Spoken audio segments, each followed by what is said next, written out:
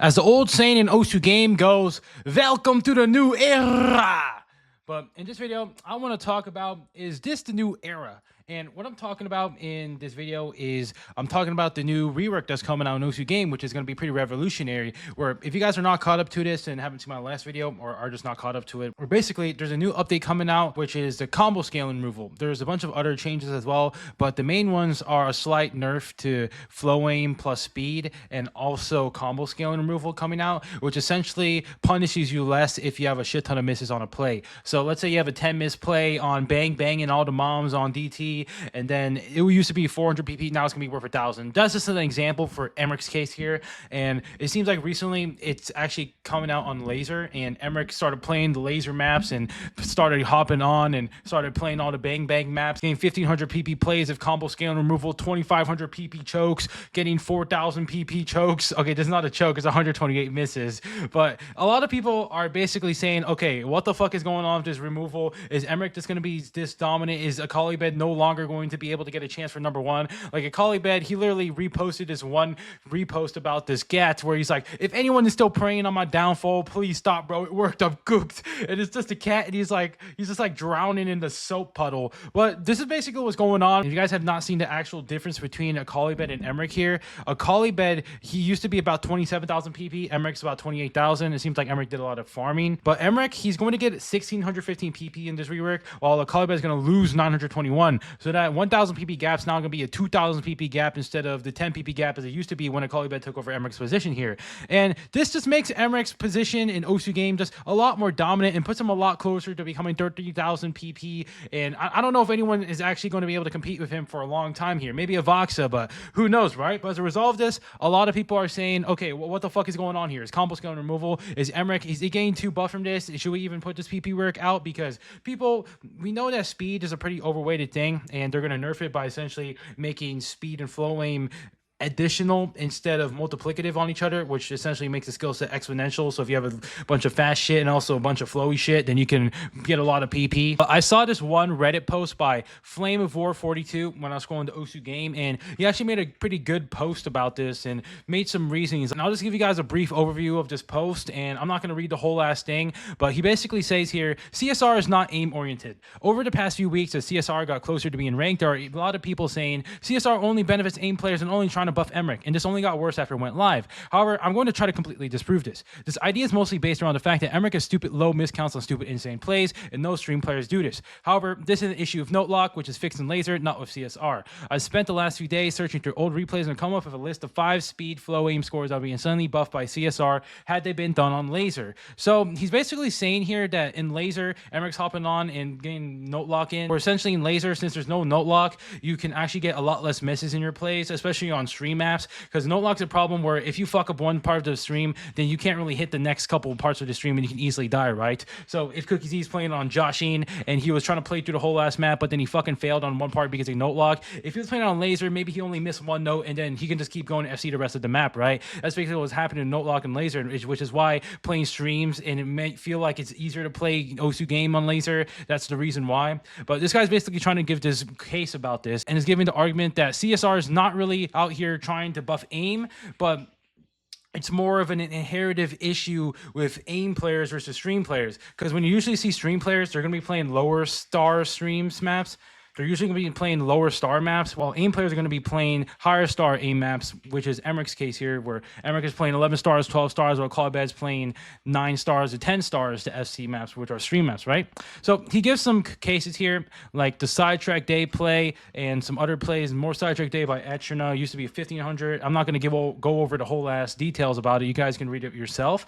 But there's some more things where more sidetrack day, Chocomin, Joshing play, where he died on the hidden hard rock run. If he was playing on that on laser, he would have probably lived and got a 1,200 on it. And then the Cloudful run where he 63 tapped Snow Goose and almost got a 2,000 PP play. If he was actually playing it without note lock, he probably could have passed and actually got the play here and actually got a PP record of combo scaling removal. And he just gives this whole rhetoric here. And overall, I do agree with what he's saying here. And I'll just read you guys the rest of this post where he says, now this brings me to my main point of all this. Stream players simply do not limit push. We see Mrekk and other aim players consistently playing 11 stars. And in Mrekk's case, the person can probably push the skill cap and their limit is the most we see 12, 13, 14, and even 15 star plays and passes. It makes perfect sense that if someone pushes their limit into the extreme, we'll see them be rewarded for it. I generally can't remember the last time I even saw a stream player play something over 11 stars before today when Lifeline pushed his limits on water resistance DT and got an A rank on the map and laser. Now, while I agree that there were some issues with combo scaling removal that need fixed, like potentially a heavier hit to mass with a lot of filler, I think this benefits stream players far more than we think. I firmly believe that a player like Saito or akolibed grinded Blue Zenith DT 2 or 4 dimensions or Freedom Dive DT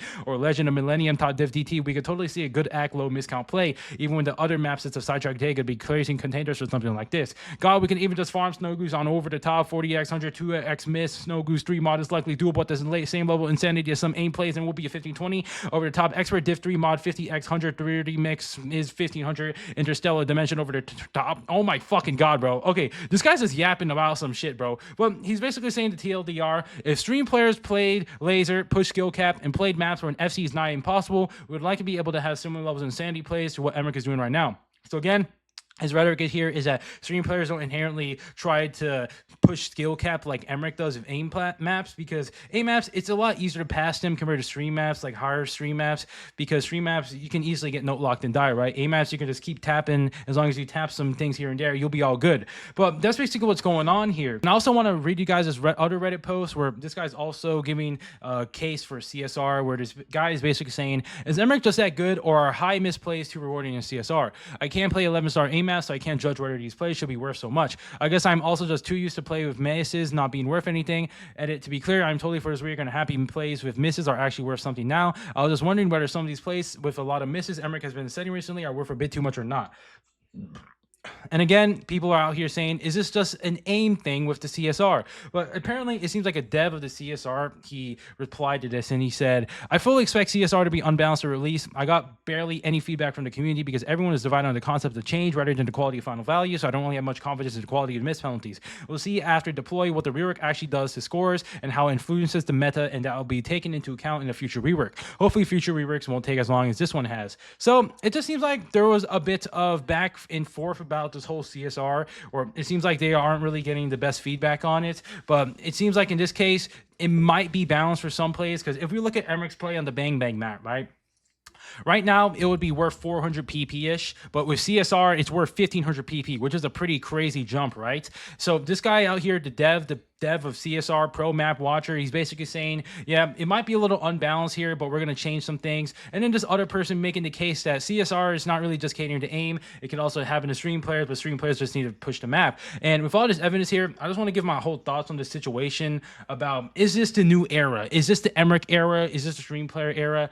I just want to say that if all the OSU players stayed unstable and they stick with note lock, I do think that aim players are going to do better in CSR, because one of the biggest things about stream maps, right? I agree with what he said, is that if you fuck up one part of a stream, you're dead.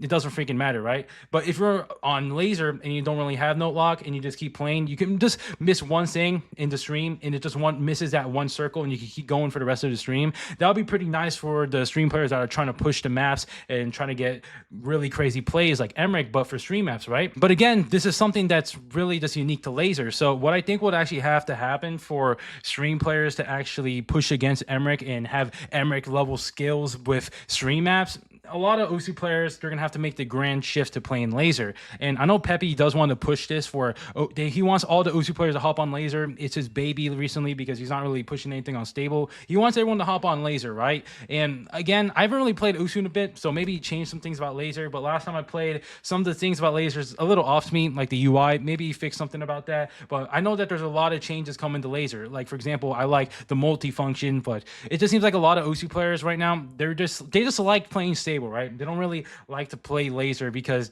they just don't really have that reason to. But if this push comes out and it rewards the stream players where you can actually play without note lock and you can also push stream maps, then I kind of do see a bullish case for OSU players to go play on laser instead, which is going to help them get better stream plays like what this person is saying here. And that is pretty much my observation of it, my thoughts on the situation. Where is this a new era for aim players for Mrekk? I don't really think so. It kind of depends on people are going to make the push to laser. If people are going to stick to stable, then it's probably going to be aim players for now. But if more people go to laser, then it will probably be a bit more push for stream players here. But that is just my observation of what's going going on. I haven't really played the game in a bit. I'm just giving you guys my analysis from looking at the Osu game subreddit and just thinking through my head of what's going on with the current meta. But is this a new era with combo scanner removal? I think it's going to change a lot of things in Osu game. Combo scanner removal is a pretty big thing because having a play where you did so well, like you have a god mode, but then you fuck up the rest of the map and like some shit misses and then you get only rewarded for like 1/5 of the PP. It pisses people off, right? But this is essentially going to reward you a lot more if you go absolute pop-off mode, and the misses aren't going to matter that much Osu game, which I think is a really great thing because it just pisses you off if you don't get a perfect combo, right? If you get like a little bit of a combo break, then you don't really get as much PP compared to an FC. So I think this is going to be absolutely great for Osu game. But that's just my thoughts on the situation, and I'll see you guys next time when I make another video about Osu game. I don't know when it's going to be. I don't really post super consistently on here. I only post when I have something I really want to talk about, like this one video here. But yeah, I'll see you guys.